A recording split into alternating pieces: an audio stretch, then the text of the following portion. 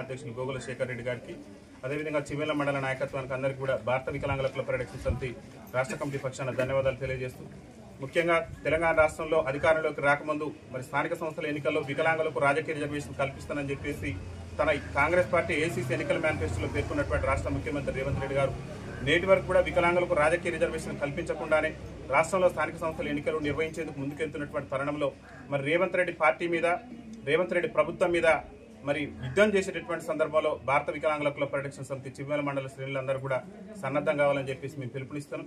ముఖ్యంగా ఏదైతే స్థానిక సంస్థల ఎన్నికల్లో రాజకీయ రిజర్వేషన్ కల్పిస్తానని చెప్పేసి ఏఐసీసీ ఎన్నికల మేనిఫెస్టోలో పేర్కొన్నటువంటి ఈ చేయి పార్టీ ముఖ్యమంత్రి రేవంత్ రెడ్డి మరి వికలాంగులకు రాజకీయ రిజర్వేషన్ కల్పించకుండా వికలాంగుల సమాజాన్ని విస్మరిస్తున్నటువంటి నేపథ్యంలో చేయి పార్టీని అంతం చేసేందుకు ఈ చివ్వేల మండల శ్రేణులందరూ కూడా సన్నద్ధం కావాలి. చేయి పార్టీ మీద యుద్ధం చేసేందుకు కూడా మీరందరూ సిద్ధం కావాలి. రాజకీయ రిజర్వేషన్ కల్పించేంత వరకు కూడా రేవంత్ రెడ్డి ప్రభుత్వం మీద మనందరం కూడా పెద్ద ఎత్తున సిద్ధం అయ్యేందుకు ఈ చివ్వేల మండలం నుంచి శ్రేణులందరూ కూడా సన్నద్ధం కావాలని చెప్పేసి భారత వికలాంగుల కుల పరిరక్షణ సమితి రాష్ట్ర కమిటీ పక్షాన మేము విజ్ఞప్తి చేస్తున్నాం.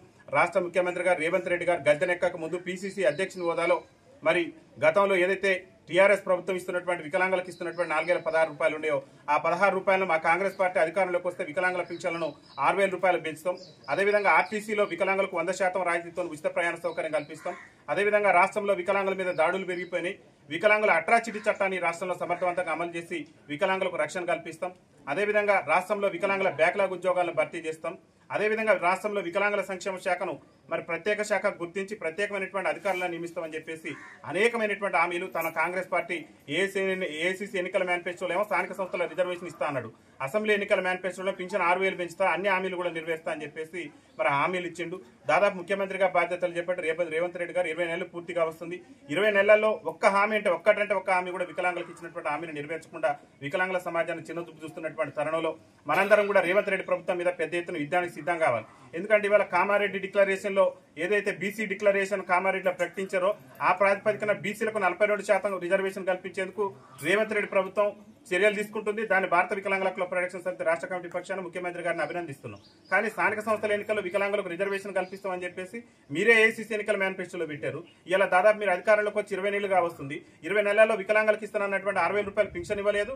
స్థానిక సంస్థల ఎన్నికల్లో వికలాంగులకు రిజర్వేషన్ కల్పిస్తానని చెప్పేసి ఒక పక్క బీసీలకు ఇస్తూనే వికలాంగుల సమాజాన్ని విస్మరించేటటువంటి ప్రయత్నం చేస్తున్న సందర్భంలో వికలాంగులకు కూడా స్థానిక సంస్థల ఎన్నికల్లో రిజర్వేషన్ ఇవ్వాలి. ఆ రిజర్వేషన్ సాధన కోసం మనందరం కూడా ఈ చివేల మండలంలో ఉన్నటువంటి శ్రేణులందరూ కూడా చేయి పార్టీ ముఖ్యమంత్రి మీద యుద్ధం చేసేందుకు సన్నద్ధం కావాలని చెప్పేసి తెలియజేస్తూ అతి త్వరలోనే హైదరాబాద్ కేంద్రంగా భారత వికలాంగుల కుల పరిరక్షణ సమితి ఆధ్వర్యంలో చెలో హైదరాబాద్ నిర్వహించి రాష్ట్ర ప్రభుత్వం ఈ రాష్ట్ర ముఖ్యమంత్రి మెడలు వచ్చి మనం మన హక్కులు సాధించుకుందాం, మన 6,000 రూపాయల పింఛన్ సాధించుకుందాం, అదేవిధంగా రాజ్యాధికారంలో మన వాటా తెలుసుకుందాం అని చెప్పేసి తెలియజేస్తూ మీ అందరూ కూడా మరొకసారి విజ్ఞప్తి చేసేది కూడా ఒకటే, ఈ చేయి పార్టీ ముఖ్యమంత్రి మాటల ముఖ్యమంత్రి రేవంత్ రెడ్డి చేతల ముఖ్యమంత్రి కాదు.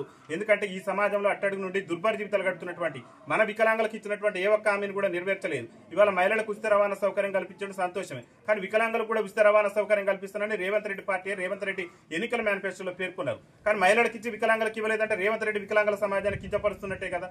గతంలో కూడా పరిశ్రమల రంగంలో వికలాంగులకు రిజర్వేషన్ ఉంది. రేవంత్ రెడ్డి గారు ముఖ్యమంత్రి అయిన తర్వాత ఎంఎస్ఎంఈ అని పాలసీ వస్తే ఆ పాలసీలో వికలాంగులకు ఉన్న రిజర్వేషన్ ఎత్తేసింది.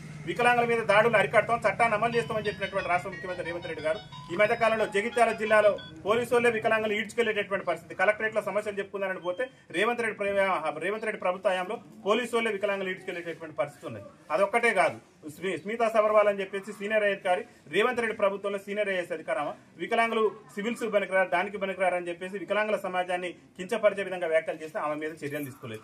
రేవంత్ రెడ్డి ఒక్క హామీ కూడా అసెంబ్లీ ఎన్నికల ముందు వికలాంగుల సమాజానికి ఇచ్చిన ఏ ఒక్క హామీని కూడా నెరవేర్చకుండా మన సమాజాన్ని చిన్న చూపు చూస్తున్నారు. కాబట్టి ఇలా ఓట్ బ్యాంక్ పరంగా కూడా తెలంగాణలో మనం బలంగా ఉన్నాం. 30 లక్షల మంది వికలాంగులు ఉన్నాం, 21 రకాల మంది వికలాంగులు ఉన్నాం. మనందరం కూడా చైతన్యం అయితే రేవంత్ రెడ్డి ప్రభుత్వాన్ని గద్దెదించడం కూడా మనతోనే సాధ్యం అవుతుంది. కాబట్టి రాబోయే స్థానిక సంస్థల ఎన్నికలు వికలాంగులకు రిజర్వేషన్ కల్పించిన తర్వాతనే ఈ రాష్ట్ర ముఖ్యమంత్రి రాష్ట్రంలో స్థానిక సంస్థల ఎన్నికలు నిర్వహించాలి.